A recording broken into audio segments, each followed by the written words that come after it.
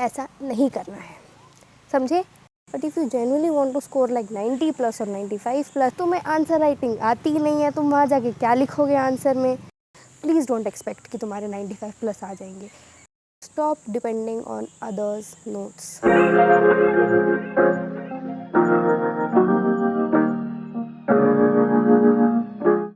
Hello everyone, I am Sanskriti, and in this video I am going to tell you 5 mistakes that you should avoid if you want to score 95 plus in your class 10th board exams. Okay, so the first mistake that students do is not reading NCERT and only watching one-shot videos. I know one-shot videos are quick and fun to learn and all of that, but please listen to me, and I am telling you with, like, I can write this on stamp paper also, that NCERT is very important. NCERT की एक line important है, please read that. तुम्हें नहीं पता तुम्हें कौन से paragraph से कहाँ से क्वेश्चन उठा के दे दिया जाए, तुम सोचते रह जाओगे ये क्वेश्चन कहाँ था, ये कहाँ पढ़ा हमने। मैं बता रही हूँ, मेरे एसएसटी के पेपर में एक क्वेश्चन आया था जिसका मुझे कोई कॉन्टेक्स्ट नहीं था, ठीक है ना। वो क्वेश्चन मैंने किसी सैम्पल पेपर में देखा, ना वो क्वेश्चन किसी टीचर ने बताया पूरे लाइक यूट्यूब पे, बट वो क्वेश्चन पता नहीं कहाँ से तो उठ के आ गया, एंड वो एनसीईआरटी के किसी पेज के बीच के पैराग्राफ से था। एंड क्योंकि मैंने एनसीईआरटी पढ़ी हुई थी, मुझे वो पैराग्राफ याद था, मैंने उस पैराग्राफ से चीज़ें रिकॉल करके लिखी, एंड मुझे उसमें फुल मार्क्स मिल गए। So now you know that reading NCERT is very important. कहाँ से क्वेश्चन आ जाए तुम्हें नहीं पता, प्लीज़ सारे सब्जेक्ट्स के एनसीईआरटी पढ़ो। I genuinely tell you, do not skip NCERT. NCERT को हल्के में मत लो, please read it. So the second mistake that students do is that they use multiple reference books. Okay, I understand if you want to use, it's okay, do that, but please first complete your NCERT. उसमें जो भी लिखा है वो तुम्हें पता होना चाहिए, it should be on your fingertips. उसके बाद if you genuinely want to do gain more knowledge, you can do that, you can use reference books, but एक ही रेफरेंस बुक लो, 4-5 रेफरेंस बुक लेने की ज़रूरत नहीं है। You will only and only increase the syllabus for you. If you want to read those books for knowledge, it's good, you can do, but अगर तुम सिर्फ लाइक बोर्ड एग्जाम्स के पर्सपेक्टिव से पढ़ाई कर रहे हो, तो please stick to your NCERT, do not go for multiple reference books. NCERT is a great book. Like मेरे ना बहुत सारे जूनियर्स, जैसे ही मेरे एग्ज़ाम्स ख़त्म हुए, मुझे इतने सारे लोगों के मैसेजेस आए कि दीदी आपके पास जो भी गाइड बुक हो हमें दे देना, दीदी आपके पास जो भी जो भी मटेरियल हो हमें दे देना। एंड मैं जेन्युइनली बताऊँ मेरे पास क्या मटेरियल था, it was my NCERT books and my notes, that's it. मेरे पास किसी सब्जेक्ट की कोई रेफरेंस बुक नहीं थी, मैंने सिर्फ NCERT बेस्ड पढ़ाई करी है एंड वन शॉट वीडियोज़ देखे हैं, that's it. You know what, तुम्हें खरीदना, if you genuinely want to invest in books ना, you should invest in sample paper की बुक और इन question banks. Those are generally they will help you more than the reference books, because reference books में फिर आपको ना NCERT भी पढ़नी पड़ेगी, फिर रेफरेंस बुक्स भी पढ़ोगे। वो रेफरेंस बुक्स का टाइम आप सैम्पल पेपर्स या फिर क्वेश्चन बैंक में इन्वेस्ट करो, तो आप ज़्यादा से ज़्यादा क्वेश्चन प्रैक्टिस कर पाओगे। So invest your time mindfully, and please invest your money also on like question banks and sample papers, that's it. Reference book की उतनी ज़रूरत नहीं होती है, so you can skip reference books, like NCERT is enough. I'm not kidding, NCERT is enough. Not talking about maths, maths में enough नहीं है, maths में लगाओ तुम RD शर्मा, लगाओ तुम RS अग्रवाल, maths के लिए NCERT is not enough, okay, I'm telling you. Third and the most common mistake that students do is not practicing answer writing.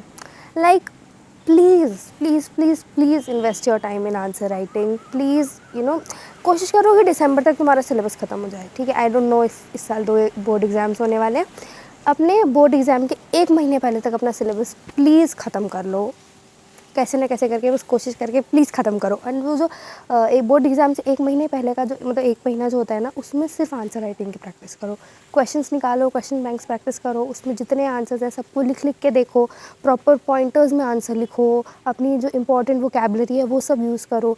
Answer writing is genuinely very important. Like चलो मैं एक example से explain करती हूँ, ठीक है। अगर teacher को नहीं पता तुम्हारे पास कितना नॉलेज है, टीचर को नहीं पता तुमने कितनी पढ़ाई करी है, वो तुम्हें जज करेगा तुम्हारे उस आंसर के ऊपर, राइट। तुम अपना नॉलेज कैसे बताओगे टीचर को, जब तुम उसको अच्छे से एक्सप्रेस करोगे। तो एक्सप्रेस कैसे कर पाओगे, जब उसकी प्रैक्टिस करोगे, राइट। तो प्लीज़ आंसर राइटिंग की प्रैक्टिस करो, अपनी उस नॉलेज को, अपने उस ज्ञान के भंडार को बाहर निकालो, and please practice answer writing. Like मैंने बहुत आंसर राइटिंग की प्रैक्टिस करी थी। मैं पेपर देख की बुक मैंने ऑर्डर करी थी, सब में आई यूज़ टू वॉच कि टॉपर्स ने कैसे आंसर्स लिखे हैं, how they have presented their answer, कितने पॉइंट्स लिखे हैं, पॉइंटर्स में कैसी लैंग्वेज यूज़ करी है। It is very important. सोचो कि तुम बस specially in English and sorry in English, बच्चों को लगता है कि यार चैप्टर का समरी देख लिया, ग्रामर की प्रैक्टिस कर ली, अब चलते हैं पेपर देने। तुम्हें आंसर राइटिंग आती नहीं है, तुम वहाँ जाकर क्या लिखोगे आंसर में? आंसर लिखने का एक तरीका होता है, प्रॉपर एक प्रेजेंटेशन होती है आंसर की। तुम स्टार्ट कैसे कर रहे हो, उसके मिडिल पोर्शन क्या होता है, एंड कैसे होता है। तुम कुछ भी कहानी बना के नहीं लिख सकते। Answer writing is also a skill, master that if you genuinely want to score 95 plus in your exams. Please invest time in answer writing. This mistake is not like that थोड़ा ऐसे पढ़ाई रिलेटेड नहीं है, थोड़ी सी toxic चीज़ है जो हमें अपने साथ तो नहीं करनी चाहिए। दुनिया जनरली बहुत टॉक्सिक है। प्लीज़ अपने आप से तो प्यार कर सकते हो, अपने आप से तो कम टॉक्सिक रह सकते हो ना। Please do this. So the fourth mistake that you should avoid is comparing yourself with others or criticizing yourself on the basis of your monthly test, periodic test, unit test, pre-boards के number. किसी ना किसी test में कभी ना कभी personal reasons की वजह से, फैमिली रीजंस की वजह से नंबर कम आ सकते हैं एंड आते हैं, मेरे भी आए हैं। उन नंबर्स की वजह से अपने आप को क्रिटिसाइज़ मत करो। ये मत सोचो कि मैं इतना तो पढ़ती हूँ, इतना तो पढ़ता हूँ, फिर नंबर क्यों नहीं आ रहे, क्या ही करूँगा मैं, अभी इतने कम नंबर आ रहे हैं, बोर्ड्स में भी ऐसे ही आएंगे, मेरा पूरा रिजल्ट बर्बाद हो जाएगा। दुनिया जान की ओवर थिंकिंग करके अपना पूरा दिमाग ख़राब कर लिया। ऐसा नहीं करना है, समझे? ऐसा नहीं करना है। अपनी मिस्टेक्स से सीखो। रिज़ल्ट आया, चलो मान लो एक पीरियोडिक टेस्ट था, ठीक है, तुमने दिया, उसका रिज़ल्ट आया, तुम्हारे बहुत कम नंबर आए। तो जहाँ जहाँ तुम्हारे नंबर कटे हैं, जो जो टॉपिक्स तुम्हारे वीक हैं, उनको बैठो, एक दिन बैठ के एनालाइज करो कि हाँ मुझे ये मिस्टेक्स नहीं करनी है अब। That is what you should do. लेकिन नहीं, हम तो अपने आप को कंपेयर करेंगे, हम तो अपने आप को क्रिटिसाइज़ करेंगे। ऐसा नहीं करना है बच्चा, समझे?